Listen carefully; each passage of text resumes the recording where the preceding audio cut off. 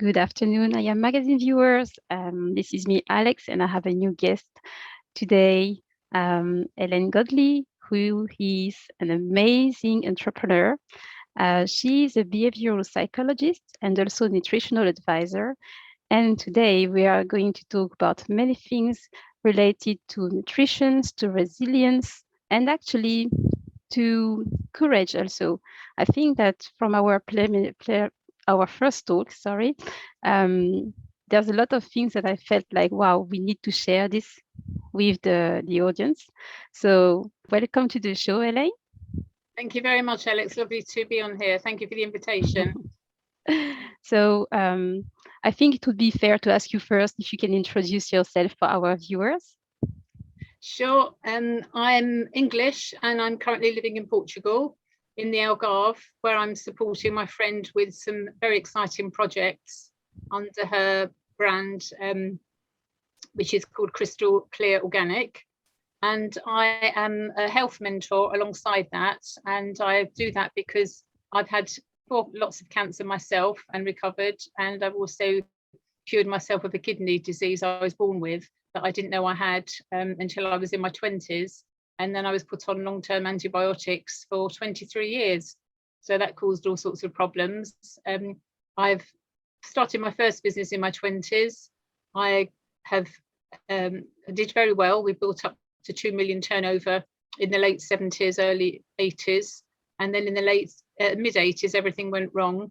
So I then went into corporate, spent 12 years there, starting as an admin assistant, really, and then eventually became chief executive of a law firm. I did a master's degree and an MBA in legal practice from Nottingham Law School.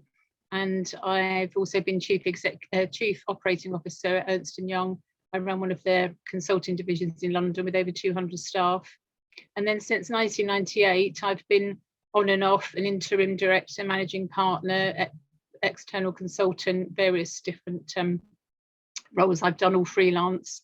I've also worked in schools as a consultant in the behavioural psychology side of things and run many training programs. And I specialise in the DISC model of behavioural profiling, which goes through everything that I do.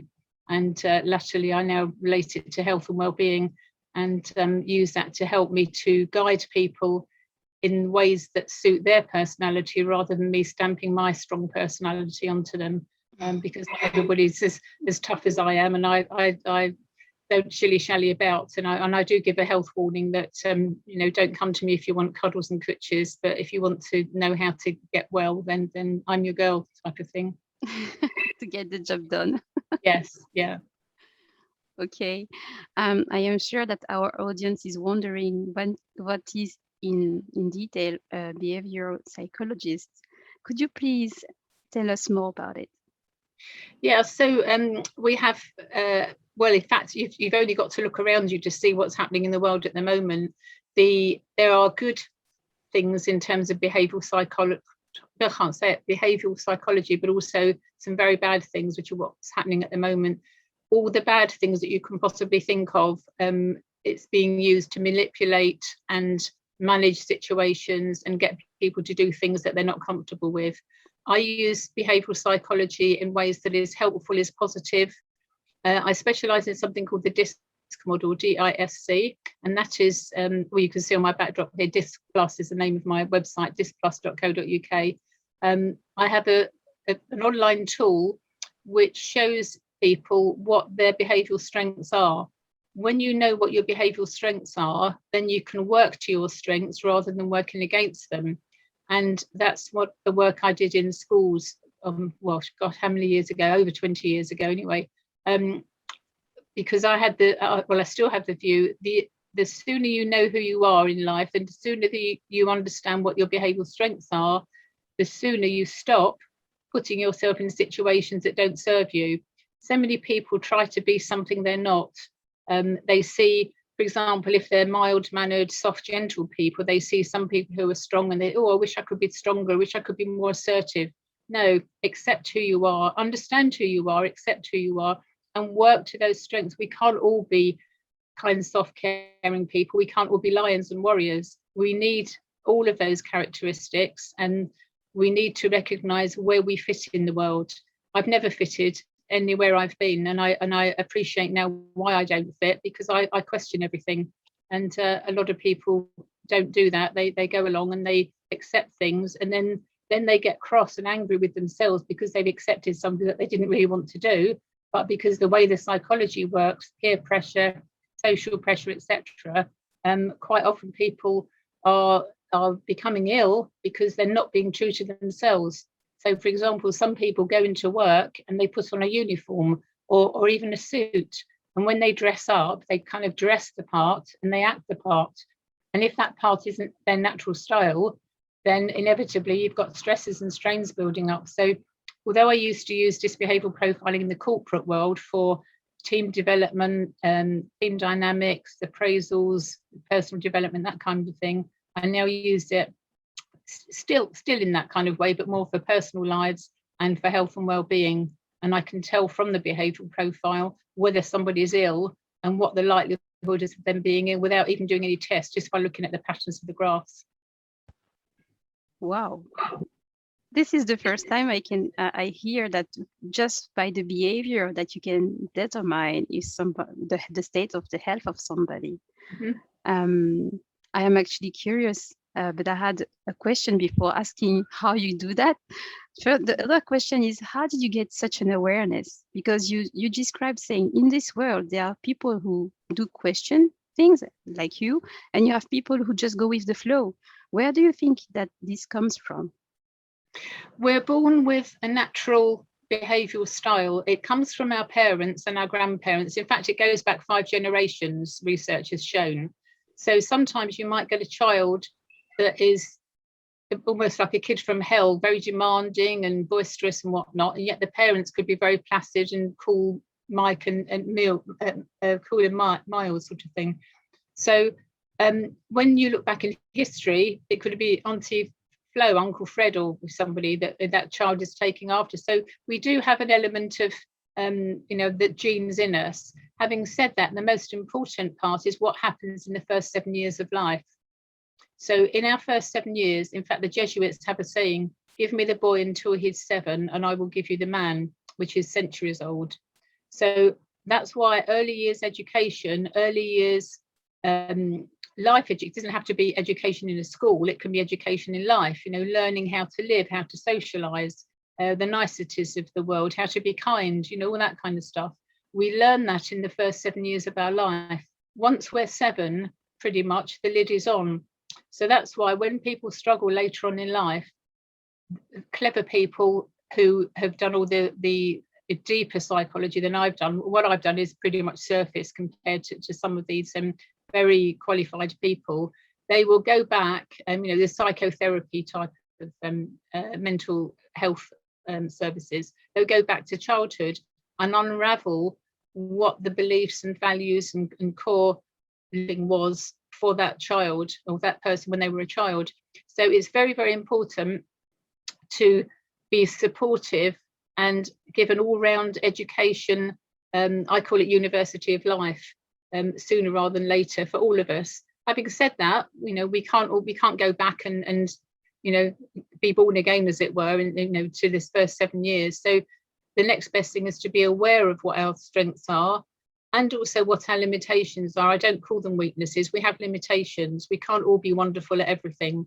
So be aware of what you're good at, what you're not so good at, things you're not so good at. Don't worry too much about going yourself on a training course or anything like that. Just be aware of them, and that in itself can lift the game. It can lift the bar.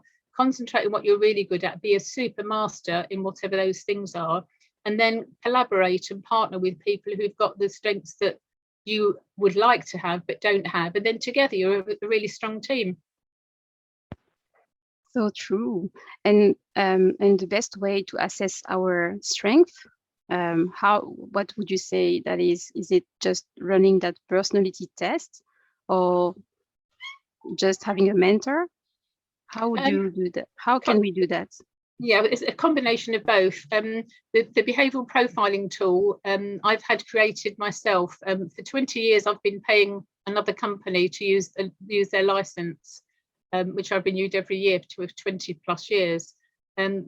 I've recently, in the last year, met an amazing IT company, and they have developed my own software.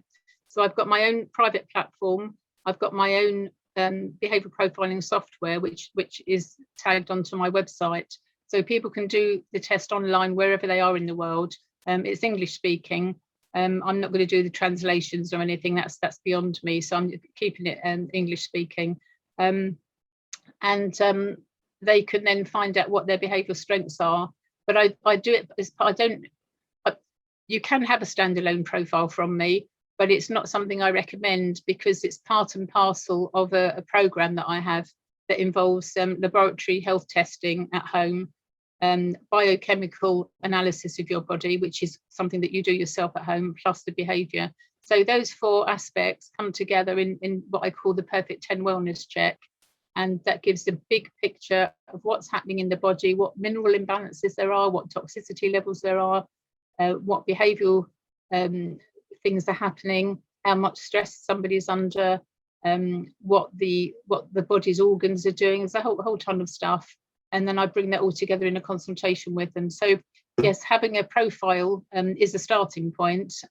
It is possible to have a standalone profile. There's many free tools out there on the internet.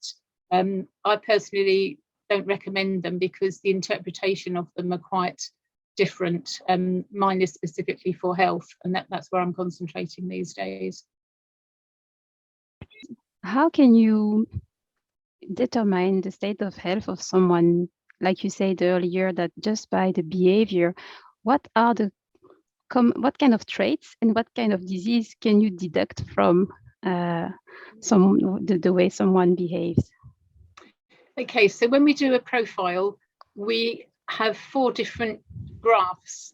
We see the behavior pattern for what we call the internal pattern. That's the natural behavior that somebody is at home when they're in the comfort of their own space and their own comfort zone type of thing. So we see the internal behavior pattern. So it's a graph with a shape pattern on it. In the external world, we see a pattern, and ideally we want to see the same pattern throughout. Who you see is what you get type of thing. No airs and graces and no changes. Typically what happens is the person's internal pattern is one shape, their external pattern is a different shape. Now, depending on how much they're shifting their behavior between the internal and the external style, we can assess by measurement. You see on the chart how much. One of these charts is what we call a shift pattern, and it tells us on which of the DISC factors and what measurement is shifting. According to which areas are shifting, whether they're going up or down, that says certain things about the person's behaviour.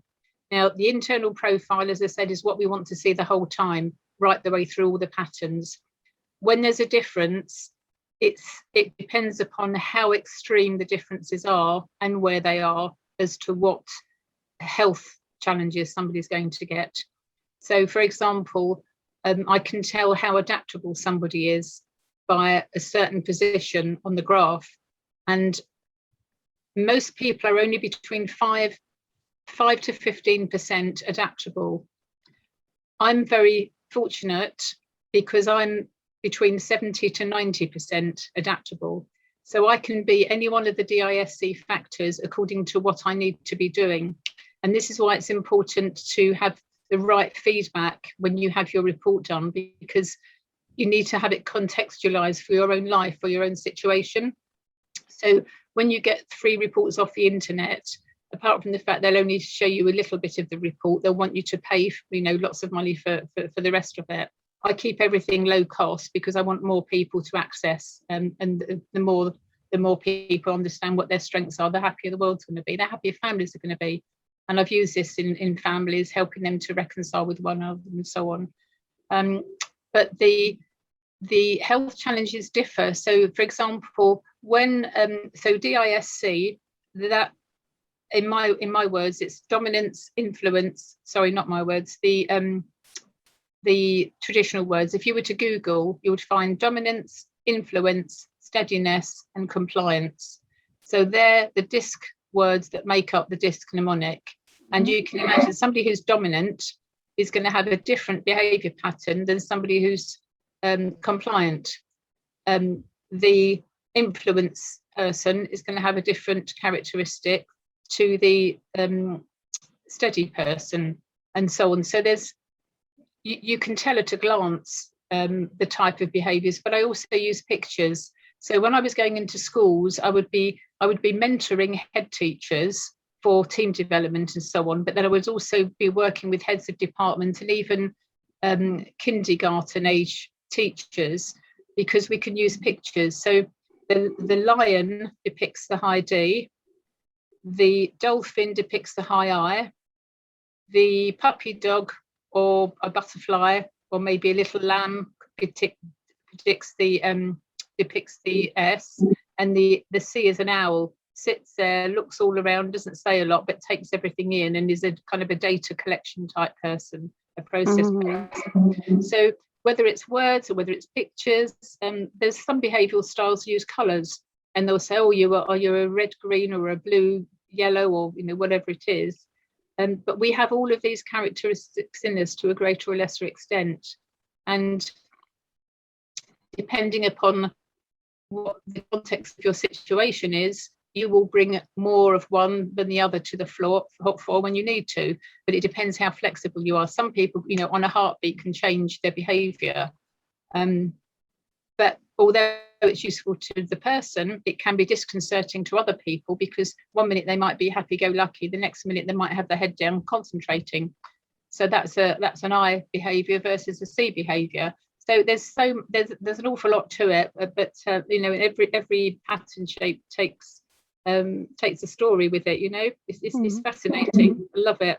It is very technical. At the same time, it is also fascinating. I would love, I have done this before in the past, but I love to always update my strength and always be sure that I'm always aligned with who I am. I think this is really determinant for whatever we want to achieve in our lives. And what gave you this interest in studying behaviors, and how is it possible to be so above the average in terms of adaptability? It depends upon what our core behaviour strengths are. So typically D and I styles are more flexible than S and C styles. That's just the way it is. S and C styles are more, it's a bit like the hare and the tortoise. So the D and the I are the hares, and the S and the C are the tortoise. In terms of the children's story, you can dash to the finish line, but then you might have forgotten half the things, or you could go slower and do things properly. So it depends upon what the behavioural strengths are. But I got interested in it in the mid-90s. So I was running a big team of 200 plus people, and I had various different directors reporting into me. I was chief operating officer at that time, and the recruitment people and the HR people were talking about all these different psychometric tools. I'd previously been profiled myself at a law firm. I was running a finance department for a law firm prior to that, and I thought, this is interesting, and I had a look at all of them. So I looked at quite a few models and then decided on what we were using for the firm at that time. When I left the firm in 1998, I thought, okay, what am I going to do? All that profiling stuff, that was interesting. Everything I've ever done has involved people. So I've done a lot of public speaking, I've done a lot of training, I've managed teams, etc., etc. And from my first business in my early 20s to now in my 60s, the behaviour of people is something that's always fascinated me. I can sit in a coffee shop, I could sit there all day. I don't, because I'm a busy person, but I could sit there all day and watch people, and I'd be quite happy, So whether I was running my kitchen business in the 1970s, 80s, I would be dealing with lords and ladies, I would be dealing with East End gangsters, homeless people, everything in between, every style of person, and part of society. And I didn't know then why I was able to mix and get on with all of these different styles of people. I now reflect on it, and I found it easy because of my behavioural style. Some people would struggle in that scenario, but I thrived in it. So I was able to help myself with my business. I was learning. I was only young, in my 20s.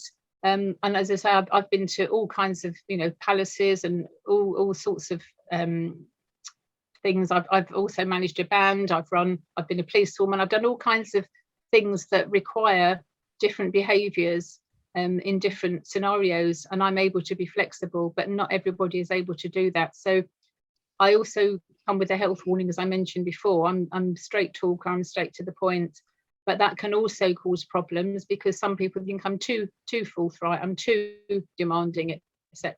But if you want something done, people like me get things done, so there's horses for courses at the end of the day, but we all need each other.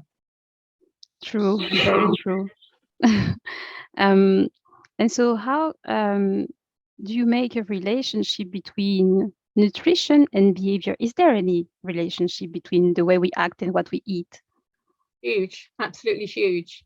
So I've had, I mentioned I had 4 different versions of cancer plus the kidney disease. The kidney disease was under control with medication until my mid-40s. I've always had a back problem, and I was introduced to a chiropractor in my mid-40s, and his partner was a nutritionist. So she taught me about eating better. I thought I ate well, but I was eating at fancy restaurants because I could, but it wasn't necessarily the right sort of food for me. There's also a school of thought that says you should eat right for your blood type, and I'm a blood type A. Blood type A typically should be more vegetarian than any other style of eating, and also blood type A have gut issues typically. Because of all the antibiotics I was on for so many years for the kidney condition, my gut wasn't in a good state at all. So in my mid-40s, having my back problem, I had chiropractic care. I learned then the importance of the spine and how all of our vertebrae are connected, the what do you call them, not the muscles, the nerves between the vertebrae are connected to different organs in the body. So the area of my spine that was most problematic served my kidneys and my bladder. So he did more work in that area than back. And through the she first introduced me to the hair mineral analysis test, which I use now with my people that I mentor. And that showed me that my minerals were out of balance. The minerals, you get the minerals from the food you eat. So that's all connected. So people who kind of live in the fast lane typically will be living on fast food.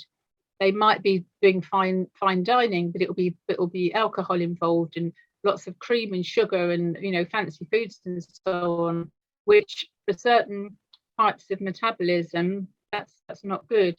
So I believe in the balance. Everything in life, how we behave, how we exercise, how we eat, how we the pace we work at, we need to be in balance. So it's about finding the right balance for our body, and the only way you can do that is by listening to your body. So some people would complain about being overweight. Well, let's look at why you eat, what you eat, why you eat, how you eat. It could be your comfort eating.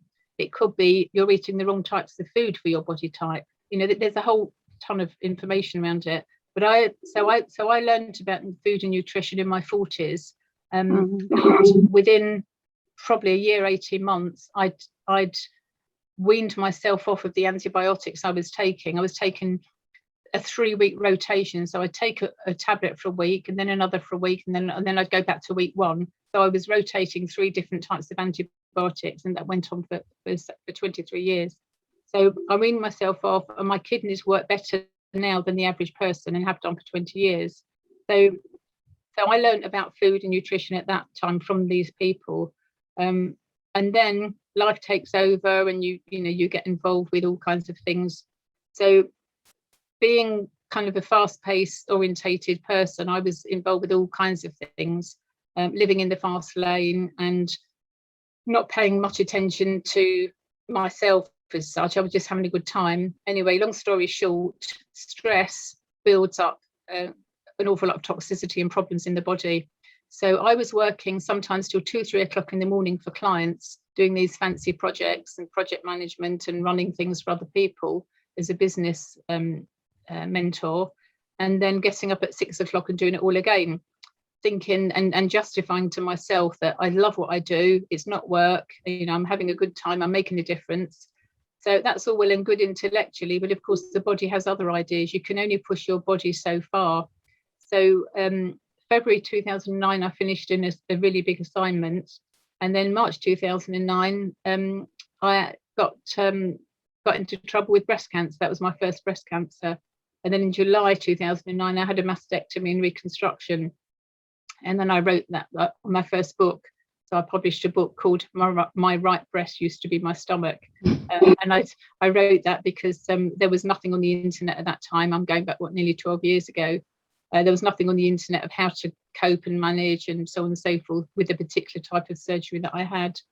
And then about 18 months later, intuitively, and it's really important to follow our intuition in whatever we do in life, whether it's business, career, children, ourselves. Intuition always is the truthful path to take. So my intuition told me something was wrong. I had no pain, no lumps, no nothing. And I asked my team at John Radcliffe Hospital in Oxford to investigate. They found a grade 3 tumour within the site of my mastectomy. So they couldn't explain it because my right breast came from my stomach. In the surgery, they reformed the stomach from my own tissue and muscle and everything. So that was that. And I got scared into having radiotherapy, which I now regret. But at the time, I was coerced into having that treatment. I declined anything else. And then I just had a few drugs, but then took myself off that. I just had initially while I'd had the surgery. Then I kept getting lumps and bumps. And in July 2015, I got a diagnosis of stage 4 Hodgkin's lymphoma. And I was told that I would be very poorly by Christmas. So this was July, I was told. Well, in fact, about now. So actually, it was my 6-year anniversary, isn't it? Just gone 6 years. I would be very ill by Christmas, but I wouldn't make the year unless I did exactly what they told me to do, which, of course, I didn't. And within 14 weeks, I'd recovered from stage 4 cancer. So, and subsequently, I've had various episodes of skin cancer on my face, which I've dealt with myself naturally. So depending what's been thrown at me, I've dealt with it differently. I've done more training. I've trained as a biohacker, so I understand the biochemistry of the body. I'm a trained nutritionist and various other bits and pieces. So I'm a great believer in learning. We can always learn from other people, but from personal experience as well, I can empathise. I don't do it in a cuddly, could you sort of way, but I do it in a, well, yes, I know what you're going through because I've been there. No, okay, now let's move on and let's work out what you can do to help you, type of thing. Oh dear, for you. And I don't do victim mode. I don't do victims. So I'm not everybody's cup of tea. But if you want to get fixed and know what to do, then I'm there to help. Mm-hmm. It's I was listening to your story actually, and I have to say I am speechless. I did mention I don't know how it is possible to unfortunately have so many cancer in one life. It's the first time, but your story is truly a story of resilience. And so just coming back to what you said about balance and life, and you can only work so many hours. How do you manage today? Because you still have activities and they are demanding, and you also help out your friends in Portugal. You work in Portugal. How do you manage your agenda? And then my next question would be, how did you stay courageous throughout all these? I'm very fortunate that I'm one of these people that I work better under stress, but it's the right type of stress. So there's positive stress and there's negative stress. When it goes into negativity, that's when the body gets ill. When you're positive, when your balance is right and your stress is positive, that motivates you, or that inspires you, that gives you the energy to do whatever you need to do to take up the challenge. My mum said to me, by the time I was 25, I'd lived 3 people's lives. My father died when he was 46 from cancer, and it was actually cricket that killed him. He was a batsman, and he was a number one batsman and was continually getting bashed on the leg by the bowler. When in the days before there was protection, and my dad was a police inspector, so I was brought up in a very much an environment where you sort yourself out, you get on with it, you're independent. There was not a lot of cuddles or anything like that. Everything was adequate, and it was functional. So with Dad dying young, I was only 19 when my dad died. 6 months before I was due to get married for the first time. So that was obviously very, very difficult. But it was just like, get on with it, do it, So I've always been one of these people that, okay, here we go. What's the challenge today? And let's find a way around it. I don't know any other way to be. I don't sit there and go, oh, woe is me, poor me. I've never had a day's illness. I'm never ill. Cancer is not an illness for me. It hasn't been. It's an inconvenience. And the way you approach life, the way your attitude is, that is the big difference between people like me and people who struggle to heal. It's a completely different approach. And there's no right, there's no wrong. It just is. So it's accepting, okay, well, if you are a worrier, how can we help you? What strategies are there that you can teach yourself, so that when your triggers for worrying come along, you know what to do and you can manage it. That way you're not likely to get so stressed, and then you can keep calm and so on. So I thrive on challenge. I have challenges every day that would make people's hair curl, but it suits me, and that's what I'm used to. Having said that, I have my limits. I'm not superhuman, and at the moment I'm at my limit. I've got so much going on. I can feel I'm in overwhelm. I know that, I recognise it. So I do a lot of chilling out as well. So tomorrow I'm going on a coach with a load of friends tomorrow, and we're having a day out. I'm going to a protest rally, actually. It's the first big one I've done. I went to one in Nottingham before I moved over here. So to me, that's a day out. Other people might be worrying sick about it. Oh, what's going to happen? This and that and everything. To me, it'll just be a nice day, chilling out. I don't have to drive anywhere, and it's just so my relaxation, is somebody else's nightmare. So it depends on what your personality style is, what your comfort zone is, how much flexibility you've got. And what your experiences are, and obviously age comes into it, because I wouldn't have been the confident person now that I am now had all these different things not happened to me. I would still have been confident, because I can look back and see myself as a cocky young girl. But I did get myself into a few different scrapes because of it. But it's celebrating who you are rather than kind of stamping down who you are. And I applaud that with parents who can bring their children up in that way as well, supporting, rather than I did a lot of work in schools years ago with pupil referral units, where kids have been slung out of school. Every single time the young person that I profiled, they had traits that I had. And I used to bunk off school. I didn't wait for them to throw me out. I used to bunk off school. I was a sports person, and I was always on the sports field or in the gym, on the trampoline, the swimming pool, wherever it was. And that kept me going through school. I really didn't like school at all. I couldn't see the point of it at all. So when you have somebody who needs challenge, you need to give them a challenge. Don't put them in a box. Don't stamp on them, because all you're doing is setting up an explosion to happen.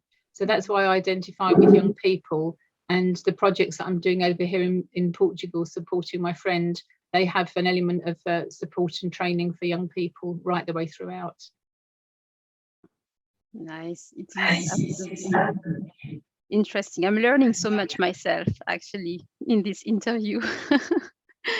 And so I suppose that our audience can still learn more with you. You have social media, you have a podcast, you've written the book. Can you tell us more how people can stay in touch with you? Yes, sure. My website is just all being revamped at the moment. As you said, I've got a private a social media platform which is in beta testing right now, so it's not ready for public consumption yet. But I do my interviews I have a podcast and I interview all kinds of interesting people. I interviewed Yadira recently, which was how we've connected. And I've done over 200 interviews now. I used to have a radio show, a health radio show in England before I came over here, and it got too difficult to manage as a radio show. So I then went to podcast about 18 months ago. So discplus.co.uk is the website. On there's various different bits of information on what I do and how I do it, and so on. The Perfect 10 Wellness Check. There's a bit about behavioural profiling, and also some of the supplements and products that I recommend. I don't recommend any supplementation on a long-term basis. We just need to have various different products to get our body back into the right balance. There are some things that I take on an ongoing basis for nutrition, which are on the website. But fundamentally, I'm not a pill pusher or anything that's long term. It's about getting your balance right, eating clean, drinking plenty of hydrated, proper water, that's quality mineral water, and there's all kinds of stuff on cancer which we haven't got time to go into now. But there's a whole load of things that people can do. I'm on all this. Well, I'm not on all the social media. My PA does my social media because I just haven't got enough hours in the day. So again, I'm a great believer in things that you're not too good at, ask somebody else to do them. So we work well as a team. And Jessica does a great job. She's also had many #1 best-selling books herself. I've written 10. I've contributed to 10 books now.